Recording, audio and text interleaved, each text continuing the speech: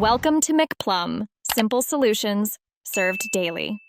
You start by preparing one clean mesh. Keep topology simple and UVs aligned so textures behave predictably.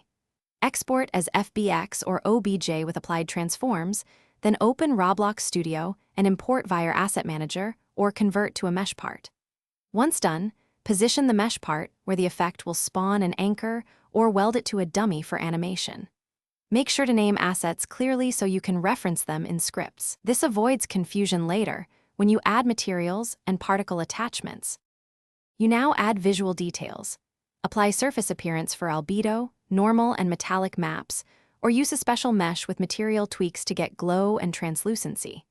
Place attachments at logical emit points and parent particle emitters, or beam objects to those attachments so motion follows the mesh.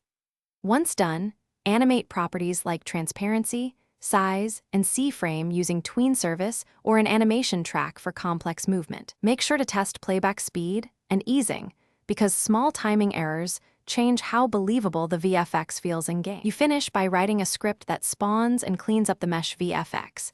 Use server authority for gameplay-critical effects and remote events to replicate to clients. Once done, optimize by disabling or scaling emitters at distance and grouping meshes to reduce draw calls. Make sure to destroy unused instances to avoid memory leaks. If things go wrong, check normals and UV seams, verify texture compression settings, and ensure transparency or Z-index issues aren't causing flicker. Fix those first to. Thanks for watching. Stay juicy and subscribe.